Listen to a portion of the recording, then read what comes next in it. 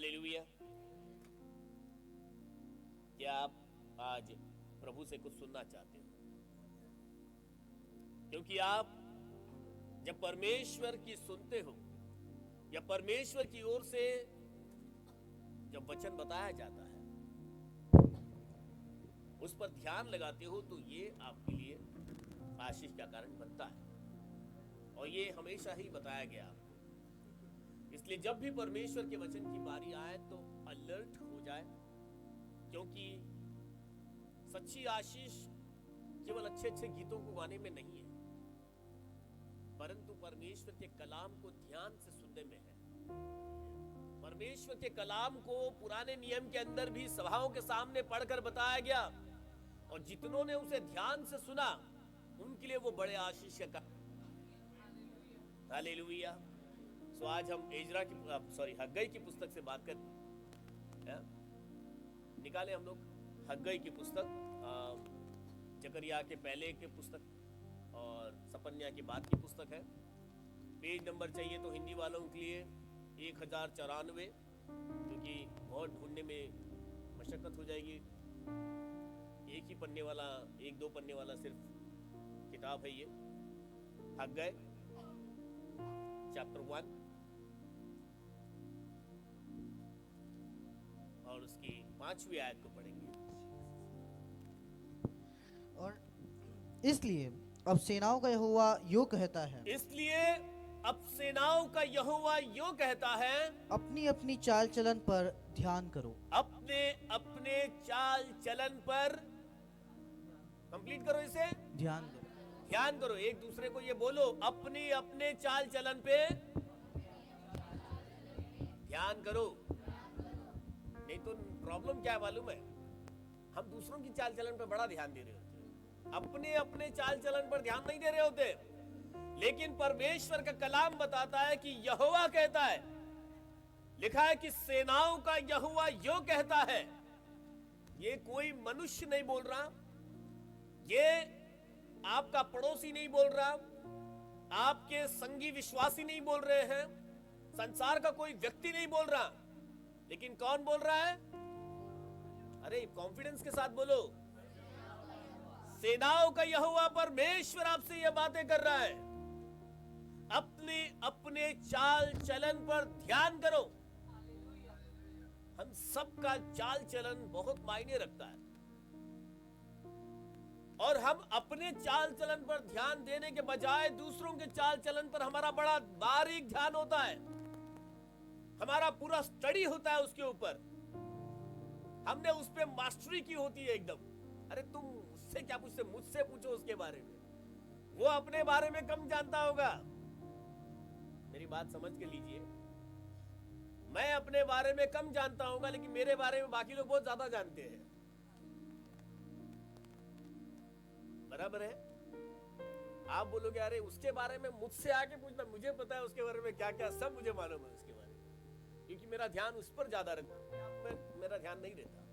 लेकिन परमेश्वर का ध्यान आप पर है, परमेश्वर का आह्वान, यह परमेश्वर की पुकार है, अपने अपने चाल चलन पर ध्यान दो। ध्यान देने का मतलब क्या है? सिर्फ देखने की बात नहीं है, लेकिन बड़े ध्यान से आपको उसको देखना होगा। ऐसे ऐसे ऐसे करके ध्यान से देखना होगा, अपने आप को ध्यान से देखना होगा।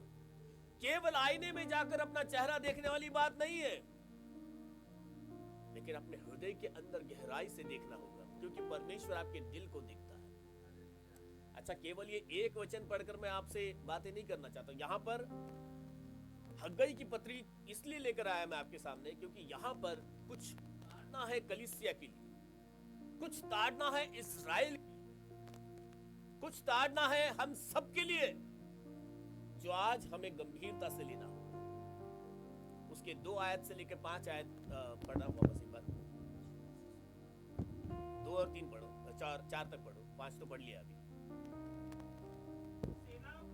तो कहता है, फिर से आपसे कहा जा रहा है, सेनाओं का यहोवा यूं कहता है। ये लोग कहते हैं हाँ। कि यहोवा का भवन बनाने का समय नहीं आया है। हाँ। फिर यहोवा का वचन हग्गे भविष्यद्वक्ता के द्वारा पहुंचा क्या तुम्हारे लिए अपने छत वाले घरों में रहने का समय है? हाँ, फिर से एक बार मैं पढ़ता हूँ इसी बात को।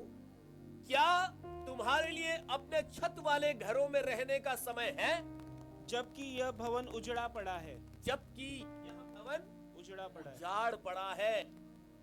हालेलुया। परमेश्वर का भवन उजाड़ पड़ा है, लेकिन आपके घर में रौनक है।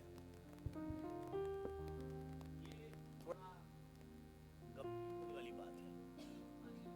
परमेश्वर के भवन उजाड़ पड़ा है, लेकिन हमारा भवन जो है ना, हमारे घर में 4-4, 6-6, 10-10 बत्तियां लगी है।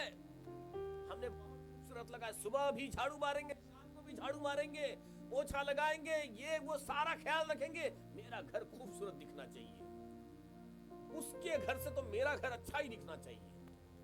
लेकिन परमेश्वर का वचन बताता है, लेकिन मेरा घर जो है, परमेश्वर का भवन जो है, वो उजाड़ पड़ा है। हालेलुया। आज सुबह आप में से कितने लोग आए तो आप लोगों को बाहर बदबू आया होगा? तो सभी को आया होगा। सुबह से आके हम बहुत 10 बार कितना परफ्यूम मारा होगा, लेकिन वो बदबू जा ही नहीं रहा। तो मुझे ऐसा लगा, क्या मैं दोषी हूं इस बात का? बिल्कुल मैं दोषी हूं, इस बात का मैं दोषी हूं, लेकिन आप भी कम दोषी नहीं हो। मेरे साथ हो आप लोग? ये परमेश्वर की वाणी है सबके लिए, परमेश्वर की पुकार सबके लिए है। This work is not for a particular person, एक खास व्यक्ति के लिए काम नहीं है, लेकिन परमेश्वर पूरे इज़राइल को डांट रहा है। परमेश्वर पूरे यूपीसी की कलीसिया को डांटता है। लिखा है मेरा भवन, और वो ऐसा लिखा है, सेनाओं का यहोवा यूं कहता है। ये लोग कहते हैं, कौन लोग? हम सब कहते हैं, ये इजरायली लोग कहते हैं, ये कलीसिया के लोग कहते हैं, यहोवा का भवन बनाने का समय नहीं आया है। लिखा है हग्गाई भविष्यद्वक्ता के द्वारा परमेश्वर ने कहा, क्या तुम्हारे लिए अपने छत वाले घरों में रहने का समय है, जबकि मेरा भवन उजाड़ पड़ा है। इसलिए सेनाओं का यहोवा कहता है, अपनी अपनी चाल चलन पर ध्यान दो। Now this is the time to examine ourselves. ये वो समय है अपने आप को परखने का। परमेश्वर अपने भवन की तरफ देख रहा है, परमेश्वर हमारे घर की तरफ देख रहा है, परमेश्वर हमें देख रहा है। हालेलुया। और परमेश्वर इन दोनों चीजों पर देखकर एक न्याय इजराइल के ऊपर लेकर आ। आपको अगर जब आप हग्गाई की पुस्तक पढ़ोगे ना, उसके ऊपर के एक पृष्ठभूमि को आप पढ़ लेना। आप लोगों के किसी के बाइबल में है पृष्ठभूमि, किसी के नहीं भी होगा। अगर नहीं है तो किसी से मांगकर वो ऊपर के पृष्ठभूमि पढ़ना। ये उस समय की बात है, परमेश्वर ने तब इजराइलियों को ये कहा कि इससे पहले इजराइल गुलामी के हालात में थे। 70 साल की गुलामी झेल रहे थे और इंतजार कर रहे थे कि हम कब छूटेंगे। कुछ लोगों ने वहां पर बड़े दुख वाले गीत भी गाए। हमने संडे का भजन संहिता पढ़ा था कि वहां पर मजनू वृक्षों पर हमने अपनी वीणाएं टांग दी, और वहां पर लोगों ने हमसे यहोवा का गीत गवाना चाहा। हम कैसे यहोवा का गीत गाएं पराए देश में? याद है आप लोगों को? बबीलोन के नहर के बाजू में हम रुक गए और वहां पर हमने वीणाओं को टांग दिया। बड़ा दुख हमें हो रहा था, यरूशलेम को याद करके हम रो रहे थे, और वो लोग सच में यरूशलेम को याद कर करके रो रहे थे। गुलामी में थे तब तो परमेश्वर के भवन की बड़ी आशा थी उनको। कब गुलामी से छूटेंगे, कब जाकर परमेश्वर के भवन में बैठेंगे, कब जाकर परमेश्वर के भवन को, क्योंकि जब वहां से गुलामी बनाकर लेकर गए थे तो उन विरोधियों ने पूरे मंदिर को तोड़ डाला था, पूरे मंदिर को खंडर बना डाला था, और इनके दिल में एक आशा थी, एक दिन हम आजाद होंगे, फिर यरूशलेम जाएंगे, फिर से उस मंदिर को अच्छा बनाएंगे। और जब छूट गए ना तो अच्छा खासा पैसा धन भी लेकर आए थे। वो खाली हाथ नहीं आए थे गुलामी से कि भाई गुलामी में 70 साल रहे तो अभी कुछ भी हमारे पास नहीं।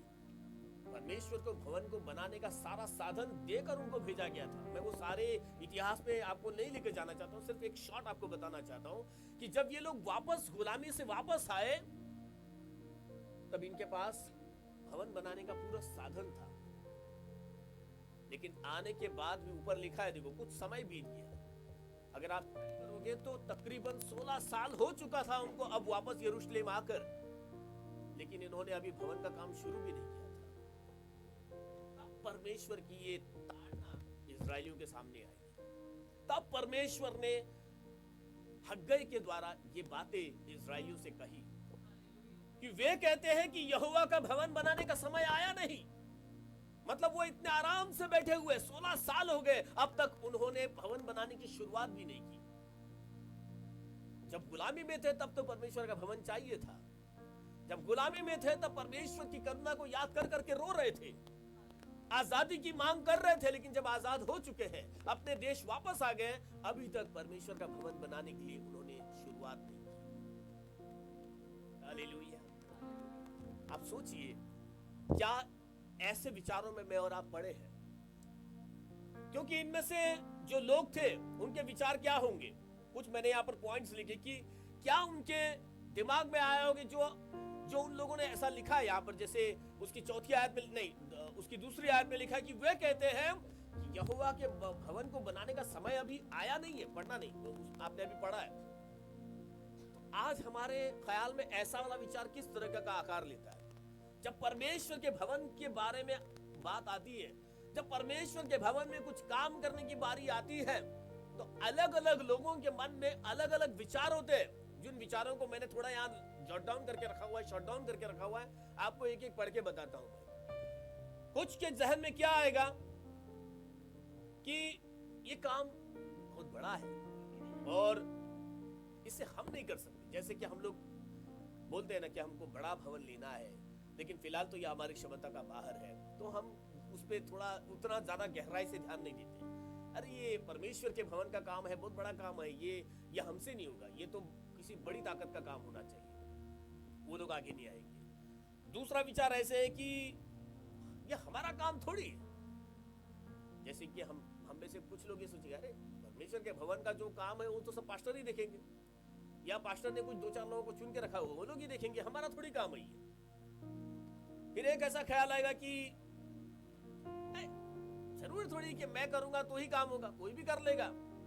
इतना सारे लोग हैं, 60-70, किसी चर्च में 100 भी होते, किसी चर्च में 1000-1200 भी होते, तो कोई भी कर लेगा। जरूरी थोड़ी कि मैं ही जाके करूंगा, मैं नहीं जाऊंगा तो कोई भी कर लेगा, परमेश्वर का काम है, रुकेगा थोड़ी हो। ये ख्याल लोगों के मन में रहता है। फिर ऐसा है कि परमेश्वर का काम तो होना चाहिए, परमेश्वर के भवन का कार्य होना चाहिए, मैं प्रार्थना करूंगा और काम होगा। वो सिर्फ प्रार्थना ही करेंगे लेकिन खुद कभी नहीं आएंगे काम करने। समझ रहे मेरी बात को? I am praying for church, लेकिन दे आर नॉट हियर। समझ रहे ना? ओके। फिर लिखेंगे कि आई डोंट थिंक कि कुछ लोगों का ऐसा ख्याल है भी, हाँ, ये मुझे नहीं लगता कि परमेश्वर होना भी चाहिए। घर में आराधना करो, घर में भी तो हो सकता है, परमेश्वर तो हर जगह है, परमेश्वर तो दिल में वास करता है। पेड़ के नीचे खड़े होकर आराधना करो तो परमेश्वर वहां पर भी है, तो परमेश्वर के भवन की जरूरत ही क्या है? तो कुछ लोग ये भी सोचेंगे कि परमेश्वर के भवन की क्या जरूरत है। और फिर कुछ लोग यही, जैसे अभी इजरायली लोग बोलते थे, अभी मेरा टाइम नहीं आया। कुछ लोग बोलते अभी मेरा टाइम नहीं आया, मेरा टाइम आएगा तब मैं करूंगा, अभी फिलहाल बाकी लोग कर रहे हैं तो करने दो। कुछ लोग कहेंगे या मुझे करना तो है, टाइम नहीं मिल रहा। क्या करना तो है, दिल में बड़ी आशा है, लेकिन मेरे पास समय ही नहीं है। ऐसे कुछ एक रीजन उनके मन में होते हैं। अब आप भी और कुछ बना सकते हो, ये तो मैंने बनाया है, आप लोग सोच लीजिए कि लोगों के पास क्या रीजन हो सकते हैं परमेश्वर के भवन में आकर कुछ काम नहीं करने का। क्योंकि आज जो बदबू यहां पर आ रही है, ये कल किसी खराबी की वजह से आ रही है, शायद हो सकता है बाजू वाले रूम से भी आ रही होगी। तो लेकिन जिम्मेदारी किसकी थी कि मैं एक दिन पहले आऊं? मैं ये नहीं बोल रहा हूं कि आप सभी आ जाओ, लेकिन हर एक के हृदय के अंदर परमेश्वर के भवन के प्रति एक आशा होनी चाहिए कि यदि परमेश्वर का भवन बन रहा है तो उसमें मेरा योगदान क्या है।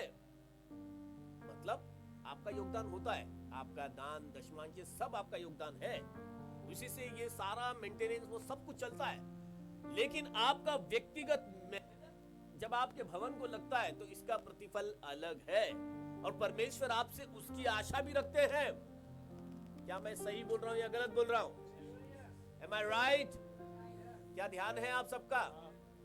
परमेश्वर कहता है कि अपनी चाल चलन पर ध्यान दो। तुम अपने घर में तो पूरा व्यस्त हो, पूरे 6 दिन, एक दिन मेरे भवन में आते हो, और उस दिन भी आने के लिए बाकी के समय मेरा भवन उजाड़ पड़ा हुआ है। मेरे भवन की रौनक कहां पर है? यह आपसे कलीसिया बनती है। हालेलुया। कलीसिया लोगों से बनती है। परमेश्वर के भवन की खूबसूरती लोगों से होती है। आप जब जिस दिन यहां आप नहीं होते हो, मैं कहता हूं जब आप सब भर जाते हो ना, तो कलीसिया की रौनक ही अलग हो जाती है। ये नहीं बोलता हूं कि भीड़ से रौनक होती है, लेकिन जब आप उत्साह के साथ में जितने ज्यादा तादाद में जमा होते हो, कलीसिया की खूबसूरती वहां पर बढ़ती है। तो जिस दिन आप नहीं हो, तो सोच लेना कि उस गुलदस्ते का एक फूल कम है। एक गुलदस्ते में जितने ज्यादा फूल लगे होते हैं, देखो वो उतना खूबसूरत दिखता है, लेकिन उस गुलदस्ते में जो फूल कम है, वो उस गुलदस्ते की खूबसूरती कम कर देती है। इसका मतलब ये नहीं कि गुलदस्ता खराब ही दिखता है, बिल्कुल गुलदस्ता अच्छा ही दिखेगा अगर उसमें एक भी फूल लगा हुआ है। लेकिन जितने ज्यादा फूल, तो आप जिस दिन अपने घर में बैठे होते हो, तो उस दिन सोचना कि आज उस गुलदस्ते का एक फूल घर में बैठा हुआ है।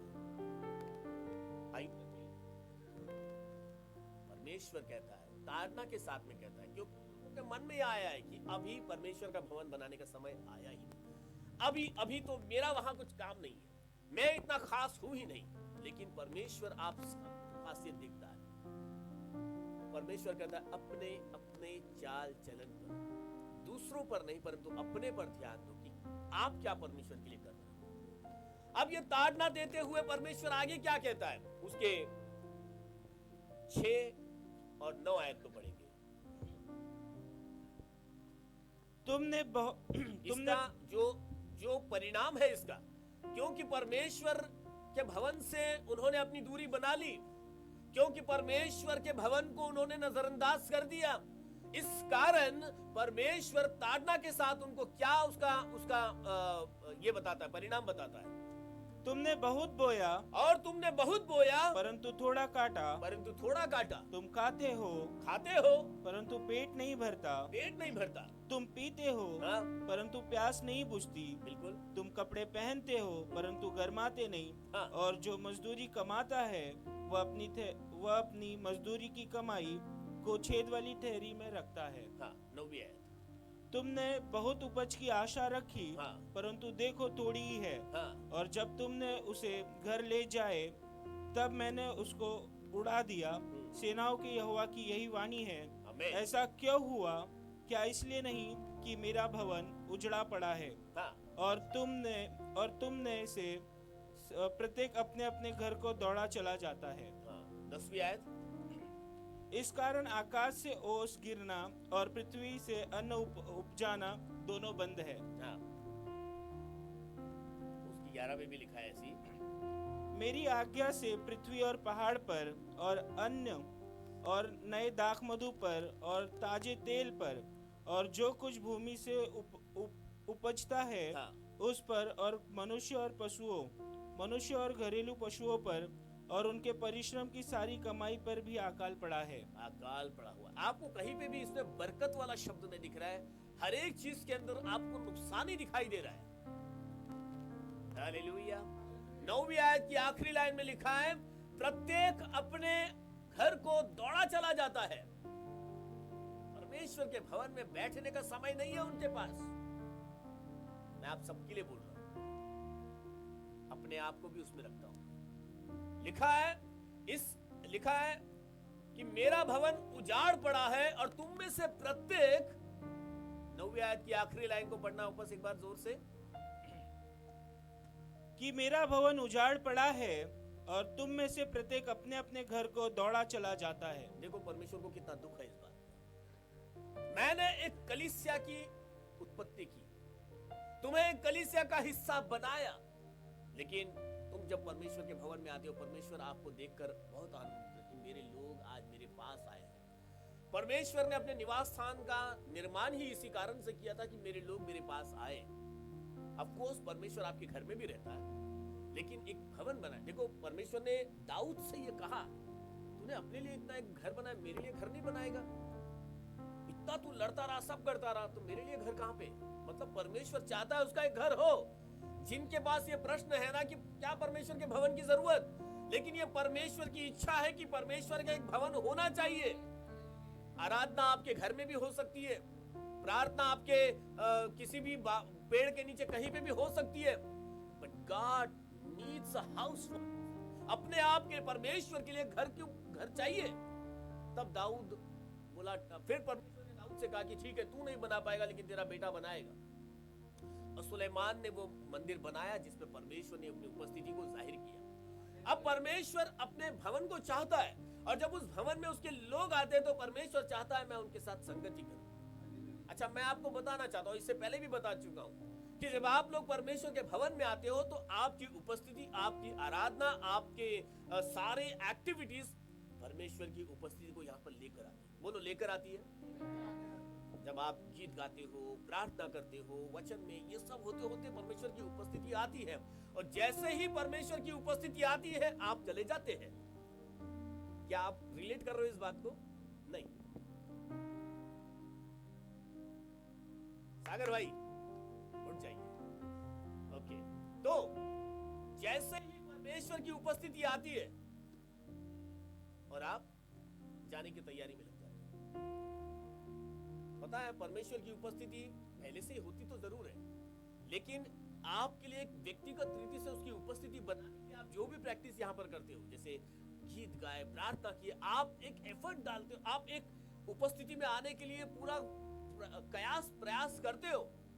जब आप परमेश्वर की उपस्थिति में हो जाते हो, आराधना खत्म हो गई, आप गलीचे से आप परमेश्वर चाहता है कि अरे मैं अभी आया तुमसे मिलने, अब मुझे तुमसे बातें करनी थी, अब हम थोड़ा संगति करेंगे, थोड़ा बैठेंगे, पर तुम तो भाग गए। लिखा है कि तुम में से प्रत्येक अपने अपने घर को दौड़ा चला जाता है।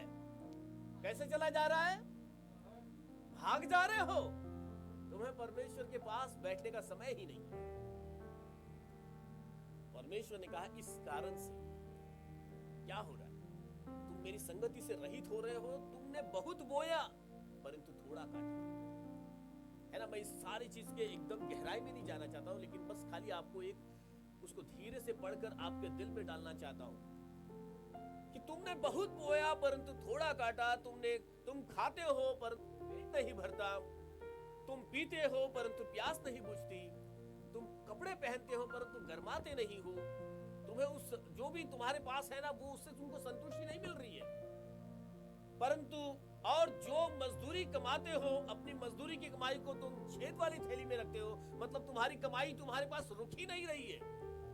हालेलुया। वो आ रही है, एक जगह से जा रही है 10 जगह से, रुक ही नहीं रही है। छेद वाली थैली तुम्हारे पास हो गई है। तुम्हारी थैली बड़े होल हो जा रहे, निकल जा रहा है तुम्हारा सारा कमाई। और लिखा है, तुमने बहुत उपज की आशा रखी परंतु थोड़ा ही मिला तुमको, और जब तुम उसे घर ले गए तब सब कुछ उड़ा दिया गया। लिखा है, इस कारण आकाश से ओस गिरना और पृथ्वी से अन्न उपजना बंद हो गया। और लिखा है, मेरी आज्ञा से, 11वीं आयत में लिखा है, और मेरी आज्ञा से पृथ्वी और पहाड़ों पर और अन्न और नए दाखमधु पर और ताजे तेल पर और जो कुछ भूमि से उपजता है उस पर, और मनुष्य और घरेलू पशुओं पर, उनके सारे और उनके परिश्रम की सारी कमाई पर, सब पर क्या आ गया है? अकाल पड़ा हुआ है। परमेश्वर कहता है, मेरी आज्ञा से अकाल आया हुआ है। तो ये परमेश्वर की ताड़ना है। हमारे मन के अंदर आया, अब मेरा टाइम नहीं है, मुझे अब नहीं करना, ये कोई और कर लेगा, मेरा वहां पर क्या काम है। लेकिन परमेश्वर तो आपसे चाहता है कुछ। मैं आपको एम्बैरेस नहीं करना चाहता हूं, लेकिन ये पुराने नियम से है। ये इजरायली के सामने ऐसा व्यवहार परमेश्वर ने रखा है, तो आज हम अपने लिए उसको कैसा लेंगे? आज भी परमेश्वर का भवन उजाड़ पड़ा है। मैं कहता हूं पड़ा है। मंडे से लेकर शनिवार तक, खाली एक बुधवार को रात को हम आते, थोड़ी रौनक रात को यहाँ पर रात्रि की प्रार्थना होती है, वरना सोमवार से लेकर शनिवार तक तो ये उजाड़ ही पड़ा रहता है। आप कैमरे में, आपको मैं लिंक चाहिए तो दे दूंगा, एकदम खाली सा यूं सुन्न सा पड़ा रहता है चर्च। कोई आएगा कि नहीं आएगा,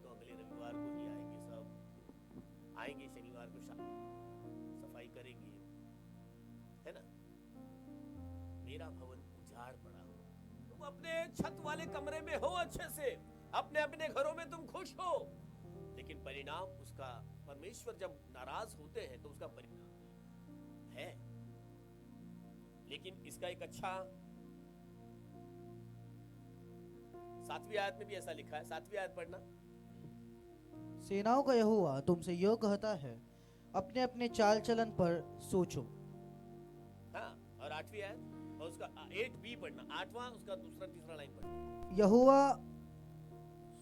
और मैं उसको देखकर प्रसन्न होऊंगा हाँ, और मेरी महिमा होगी। हाँ, यहोवा का यही वचन है। नहीं नहीं, एक मिनट। हाँ, ऐसा लिखा है 8वीं आयत की शुरुआत से पढ़ो। हाँ, ठीक। पहाड़ पर चढ़ जाओ पहाड़ पर चढ़ जाओ और लकड़ी ले आओ लकड़ी ले आओ और इस भवन को बनाओ, और इस भवन को बनाओ, और मैं उसको देखकर प्रसन्न होऊंगा हाँ, और मेरी महिमा होगी। हालेलुया। यहोवा का यही अच्छा, वचन। यहाँ पर परमेश्वर सिर्फ ताड़ना ही नहीं दे रहा है, सिर्फ डांट नहीं रहे, अब भी तुम्हें मैं मौका देता हूँ, पहाड़ पर चढ़ जाओ। पहाड़ पर चढ़ना कितना, रोहित के घर पे कभी जाओ आप, आसान लगता है, लेकिन परमेश्वर कहता है पहाड़ पर चढ़कर लकड़ी लेकर आओ। मतलब क्या है? लकड़ी तो सपाट जमीन पर से भी लाने के लिए बोल सकते थे, बड़े आसानी से गए और झाड़ है कुल्हाड़ी से काटे और लेकर आए, लेकिन परमेश्वर कहता है पहाड़ पर चढ़कर वो लकड़ी लेकर आओ।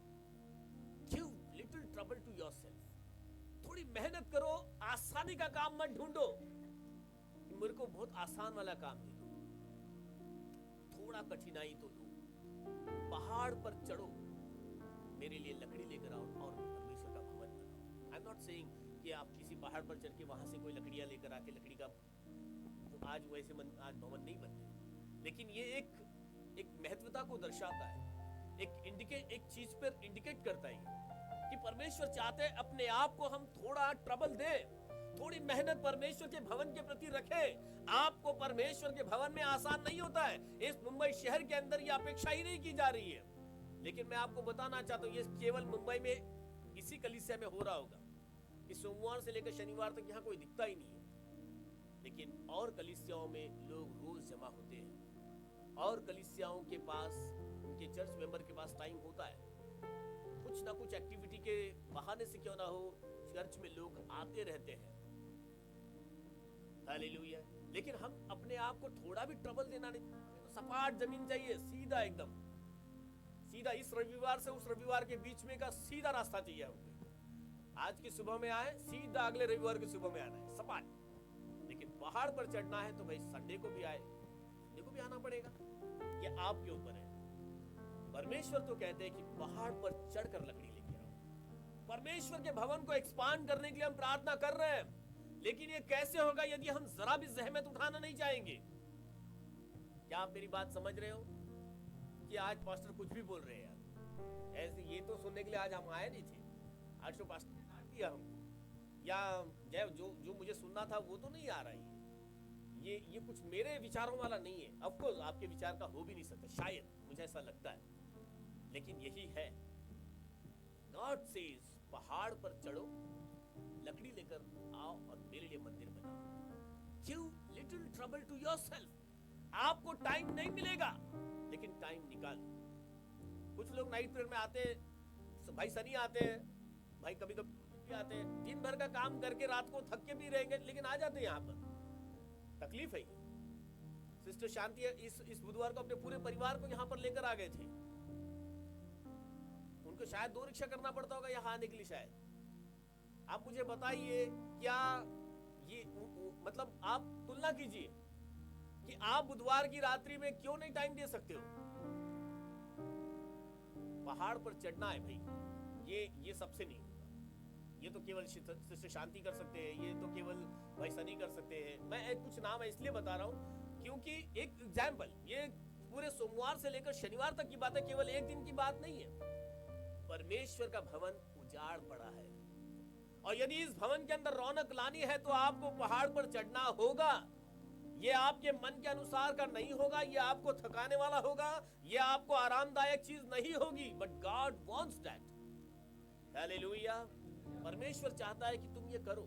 अच्छा, ये ऐसा नहीं है कि परमेश्वर ने कह दिया और सब लोग ऐसे सुनते रहेंगे, ठीक है आपने बोल दिया हमने सुन लिया, देखेंगे। ऐसा नहीं है।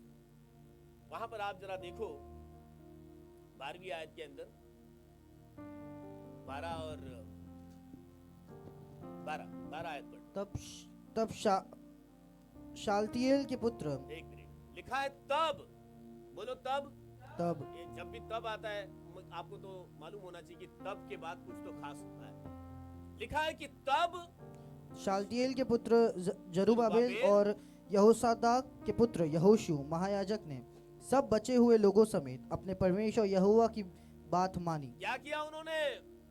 सब लोगों ने परमेश्वर यहोवा की बात मानी। बोलो हालेलुया।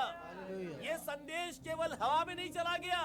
ये संदेश ऐसा नहीं गया कि ये कौन आ गया, कहां से आ गया, बोल रहा है बड़ा, क्या मालूम परमेश्वर की ओर से बोल रहा है कि अपने मन से बोल रहा है। समझ रहे मेरी बात को? हग्गई जब बोल रहा था तो लोग ऐसा सोच सकते थे कि अरे ये अपने मन से भी बोल सकता है, क्या मालूम कहां से आ गया बोलने के लिए इतना, और बड़ी कड़क कड़क बातें बोल रहा है, इतना सख्त सख्त बात सुना रहा है, बड़ा खास, बड़ा ये होशियार हो गया क्या ये बड़ा? हमको मानना है मानेंगे, नहीं मानना है बाद में देखेंगे हम, यार जाने दो। सब लोगों ने यहोवा की बात मानी, हग्गई की बात नहीं मानी। हालेलुया। बोल हग्गई रहा था। कौन बोल रहा था? हग्गई। लेकिन बात किसकी मानी उन्होंने? यहोवा की बात। हमें किसकी बात माननी? यहोवा की बात मानी है। सब लोगों ने यहोवा की बात मानी और जो वचन उनके परमेश्वर यहोवा ने उनसे कहने के लिए हग्गई भविष्यवक्ता को भेजा था, उसे उन्होंने मान लिया। बोलो मान लिया।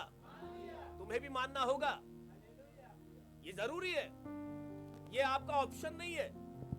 मानो या ना मानो ऐसा नहीं है, मानना ही होगा। इट सेज उन्होंने मान लिया और लोगों ने यहोवा का भय माना। हग्गई का भय नहीं माना, परंतु परमेश्वर का भय माना।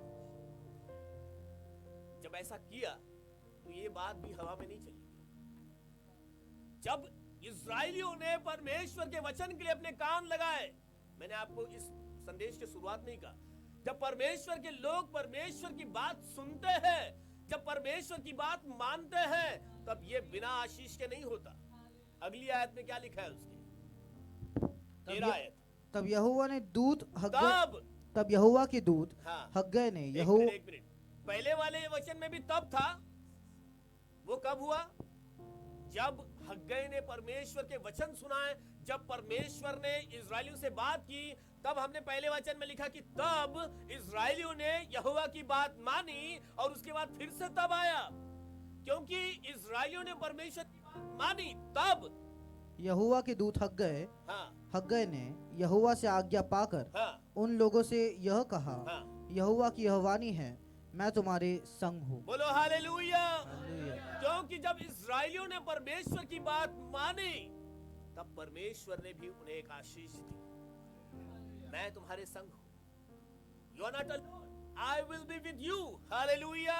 जब आप परमेश्वर की बात मानोगे, तब तो परमेश्वर का वायदा है वो आपके साथ है। हालेलुया। क्यों ना एक ताली बजाकर प्रभु को महिमा देंगे हम। Hallelujah. But it's with the condition that God is with you. What is that condition? You have to listen to God. You have to obey the God. Hallelujah. आपको परमेश्वर की बात सुननी होगी। अरे आज पास्टर ने कुछ वचन दे दिया, वो आज की बात है, ये आसान थोड़ी है। कैसे हम अपना टाइम निकालेंगे? ये मुंबई शहर है, हम गांव में थोड़ी रहते हैं, गांव में बहुत टाइम होता है। ये बहाना नहीं चलेगा, ये पूरी दुनिया के लोगों के लिए एक जैसी बात है। हालेलुया। अगर इस मुंबई शहर में ही दूसरे चर्च के लोग अगर टाइम निकाल सकते हैं, तो यूपीसी के लोग टाइम क्यों नहीं निकाल सकते हैं? परमेश्वर के भवन को उजाड़ पड़ने मत दो। थोड़ा सोचो, मैं मेरे घर में कितने घंटे रह रहा हूं और परमेश्वर के भवन में कितने समय दे रहा हूं।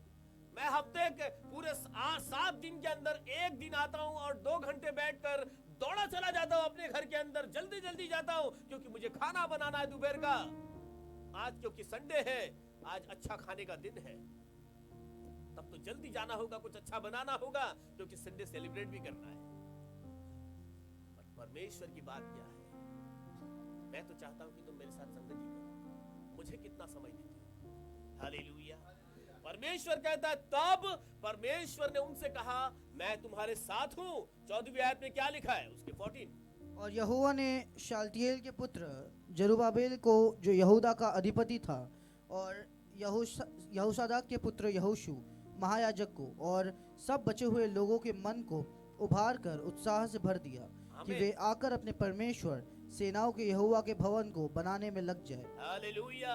सारे लोग परमेश्वर का भवन बनाने के लिए उत्साहित हो गए। हमारे अंदर वो उत्साह जागृत हो जाए। क्या मैं अनुत्साहित बैठा हुआ हूँ? क्या मेरे अंदर का उत्साह ठंडा हो चुका है? क्या मैंने अपने आप को उस ठंडे बस्ते में डाल दिया है? आज समय है अपने आप को मैं गरमा दूं एकदम से। मुझे परमेश्वर का भवन बनाना है। इस परमेश्वर के भवन को उभारना है। इस एक कलीसिया से कई कलीसियाओं की उत्पत्ति होगी, लेकिन यदि मैं वहां पर नहीं होऊंगा तो ये कैसा होगा? ये आपको अपने व्यक्तिगत जिम्मेदारी पे लेना होगा कि मैं करूंगा। वो विवेक नहीं आए तो क्या हुआ? रोहित आएगा। रोहित नहीं आए तो क्या हुआ? विवेक आएगा। मैं एक उदाहरण बता रहा हूं, ये सबके लिए है। It's not about only this two men. This is the responsibility of every people, every believer in this church. हर एक विश्वासी जो इस कलीसिया में है, ये उनकी जिम्मेदारी है कि आज कलीसिया में कौन आ रहे हैं। ये नहीं कि अगले संडे कौन आ रहे हैं, शनिवार को कौन आ रहे हैं। ये होना चाहिए कि सोमवार को कौन आ रहे हैं, मंगलवार को कौन आ रहे हैं। कुछ तो ऐसा, मैं नहीं बोल रहा हूं कि रोज रोज, अगर आपके दिल में है तो रोज करो, अच्छी बात है, लेकिन एक एक्टिविटी कुछ ऐसा परमेश्वर में हो, तब तो परमेश्वर के भवन के अंदर जो है ना वो उत्साह बढ़ेगा। परमेश्वर के भवन की गरिमा बढ़ेगी। परमेश्वर के भवन के प्रति प्यार बढ़ेगा। ये प्यार मेरे दिल में परमेश्वर के भवन में रातों रात ऐसे ही नहीं आ गया है। कुछ लोग मुझे बहुत पहले से जानते हैं। कब से? जब मैं बिल्कुल 14-15 साल का होगा या 10-12 साल का होगा, तब से परमेश्वर के भवन में मैं हमेशा वहीं पे बैठा रहता था। ज्यादातर मेरा समय वहीं पे बीतता था। क्या कुछ परमेश्वर के लिए, भवन के लिए मैं करता रहूं, चाहे विश्वास तो उतना मजबूत नहीं था मैं, लेकिन प्यार तो बहुत था कि हाँ, जिस भवन में मैं जा रहा हूं यहाँ पर ये होना चाहिए, ये होना चाहिए, ऐसा होना चाहिए। कुछ ना कुछ तो सोचते रहता था। चल के जाना पड़ता था चाहे मेरे घर से, लेकिन वो एफर्ट भी डाल देते थे। एक उदाहरण बता रहा हूं, ऐसा नहीं कि मैं बहुत बड़ा धर्मी था। कहने का मतलब है, यदि आप परमेश्वर के भवन से प्यार रखोगे तो आपकी अगली पीढ़ी भी परमेश्वर के भवन से जुड़ जाएगी। यदि आपको परमेश्वर के भवन से प्यार नहीं होगा तो आप क्या, आपके अगले वाले भी आपके भवन में, परमेश्वर के भवन में दिखाई नहीं देंगे। इसलिए अपने बच्चों को परमेश्वर के भवन में कितना रखने की आदत लगाए। क्या बोल रहा हूं, समझ रहे हो? मेरा परमेश्वर कहता है मेरा भवन उजाड़ पड़ा है। इस उजाड़ भवन में रौनक लाने की जिम्मेदारी ले लो। तब परमेश्वर कहता मैं तुम्हारे संग रहूंगा, जगत के अंत तक मैं तुम्हारे साथ रहूंगा। परमेश्वर का वायदा कभी टलेगा नहीं, लेकिन परमेश्वर तुम्हारे साथ में रहने के लिए तुम उसके साथ तो आ जाओ। क्या मेरी बात समझ? उसका वायदा है कि जगत के अंत तक मैं तुम्हारे साथ हूं। लेकिन परमेश्वर तुम्हारे साथ होने के लिए, क्या तुम उसके साथ हो? क्या वो तुम्हारे पीछे पीछे नहीं लगने वाला, तुम्हें भी उसके साथ होना होगा, और वो तुम्हारे साथ हमेशा रहेगा। बोलो हालेलुया। हमारे सामने आज प्रभु भोज भी है, और प्रभु भोज एक वाचा को दर्शाता है। क्या को दर्शाता है? It shows a covenant. परमेश्वर ने कहा यह मेरी रोटी है, यह मेरी देह है जो तुम्हारे लिए तोड़ी जाती है, और ये लहू जो है, कौन सा लहू है? नई वाचा। बोलो नई वाचा, एक new covenant. It shows a new covenant. So today is a day that you can make a covenant with God. Are you understand? आज 31 दिसंबर नहीं है, लेकिन प्रभु को जो एक मेरे और आपके सामने एक ऐसी स्थिति को लेकर आता है कि हाँ, this is the time where I can make a covenant. प्रभु आज तक मैंने आपके राज्य की ओर, आपके भवन की ओर, आपकी इच्छा की ओर मैं दूसरों को देखता रहा, लेकिन अपने आप को नहीं देखा। ये मैंने दूसरों की जिम्मेदारी सोची, लेकिन कभी जिम्मेदारी अपने ऊपर नहीं ली।